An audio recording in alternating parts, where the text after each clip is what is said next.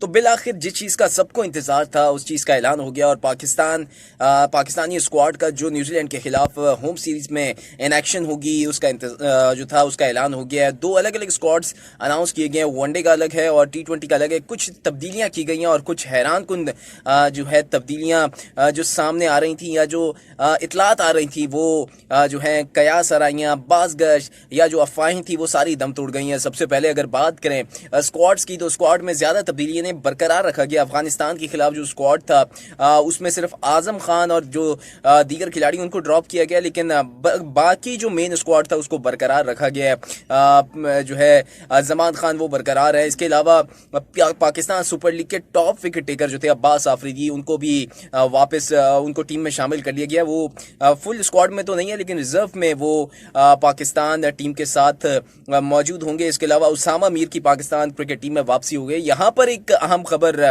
शादाब खान के हवाले से कुछ खबरें सामने आ रही थी, कयास आराइयाँ अफवाहें सामने आ रही थी कि शादाब खान को नायब कप्तानी से हटा दिया जाएगा। नायब कप्तान और उनकी जो टीम में जगह है वो भी खतरे में है।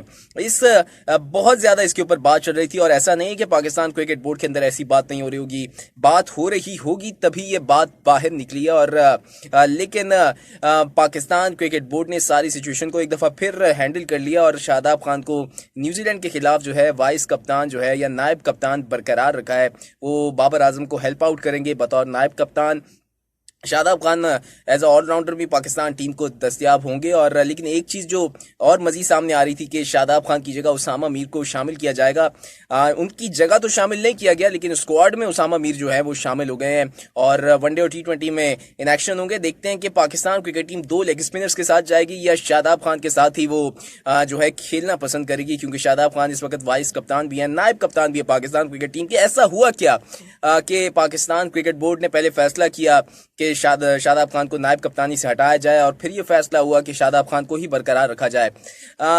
दरअसल बात यह है कि शादाब खान अफगानिस्तान के खिलाफ सीरीज में जैसे आपको पता है कि पूरी तरीके से नाकाम हुए बतौर कप्तान।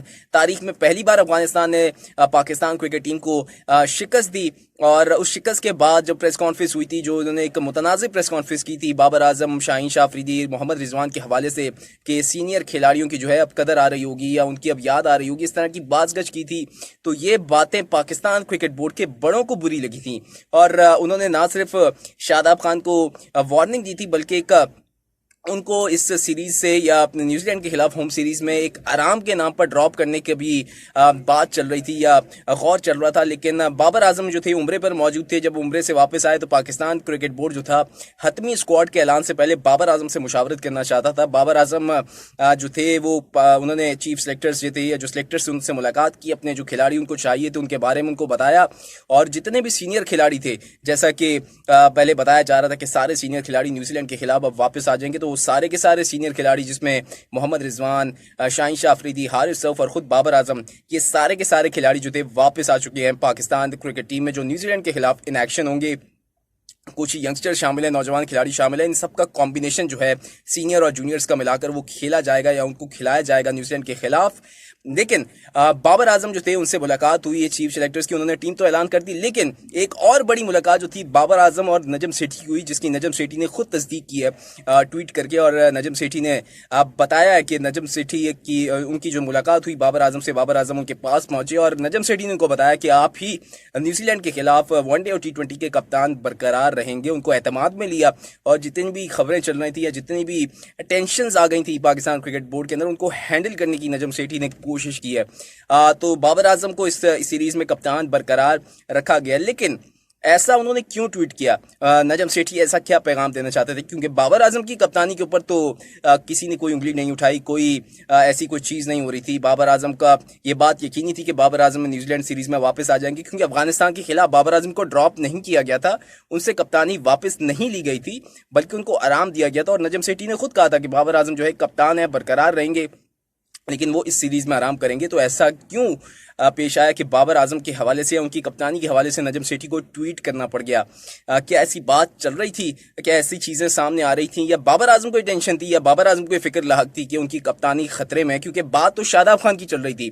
नजम सेठी को तो बाबर आजम की तो उन्होंने बुलाया, बाबर आजम मिले, लेकिन शादाब खान को बुलाना चाहिए था, एतमाद में लेना चाहिए था, क्योंकि बात शादाब खान की नायब कप्तानी की चल रही थी। क्योंकि ऐसी बातों से खिलाड़ी का मोरल डाउन हो जाता है, ऐसी खबरों से जो है खिलाड़ी जो है बहुत ज़्यादा डाउन हो जाता है, उसकी परफॉर्मेंस पर इसका असर पड़ता है। तो बाबर आजम के ऊपर तो कोई बात नहीं चल रही थी, बात शादाब खान के ऊपर चल रही थी। तो शादाब खान को क्या बुलाया गया? शादाब खान के हवाले से नजम सेठी ने हैरान कुन तौर पर कोई बात नहीं की।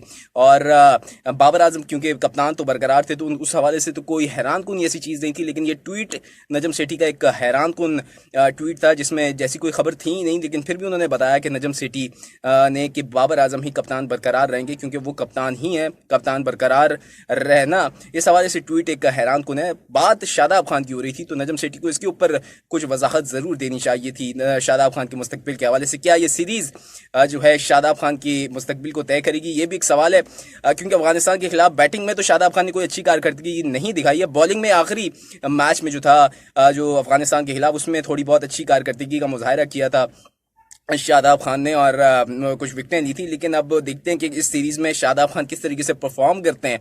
बहरहाल ये सारा स्क्वाड्स का मामला था, और शादाब खान की अपनी उन्होंने नायब कप्तानी बचाने में कामयाब हो गए। लेकिन इसमें बाबर आजम का किरदार अहम है, क्योंकि बाबर आजम ने ही सेलेक्टर्स को बोला होगा कि उनको शादाब खान चाहिए, वरना पाकिस्तान क्रिकेट बोर्ड ये फैसला कर चुका था कि शादाब खान इस वक्त या इस सीरीज़ में न्यूजीलैंड के खिलाफ इन एक्शन नहीं होंगे। ये सारी सूरत हाल बाबर आजम ने अच्छे तरीके से हैंडल किया। अब जिस तरीके से हैंडल बाबर आजम ने की है, जिस तरह पाकिस्तान क्रिकेट बोर्ड ने चीज़ें बिगाड़ रहा था, उन चीज़ों को हैंडल करने में बाबर आजम का एक अच्छा किरदार सामने आया। देखते हैं कि यही किरदार बाबर आजम एक, क्योंकि बहुत बुरे तरीके से अफगानिस्तान के खिलाफ पाकिस्तान हारा है, तो क्या न्यूजीलैंड के खिलाफ इस सीरीज में पाकिस्तान ये जीत के साथ 5 T20 और 5 वनडे मैचेस है, क्या इस सीरीज को जीतने में कामयाब हो पाएगा? क्या अपनी वही विनिंग ट्रैक पर वापस आ पाएगा?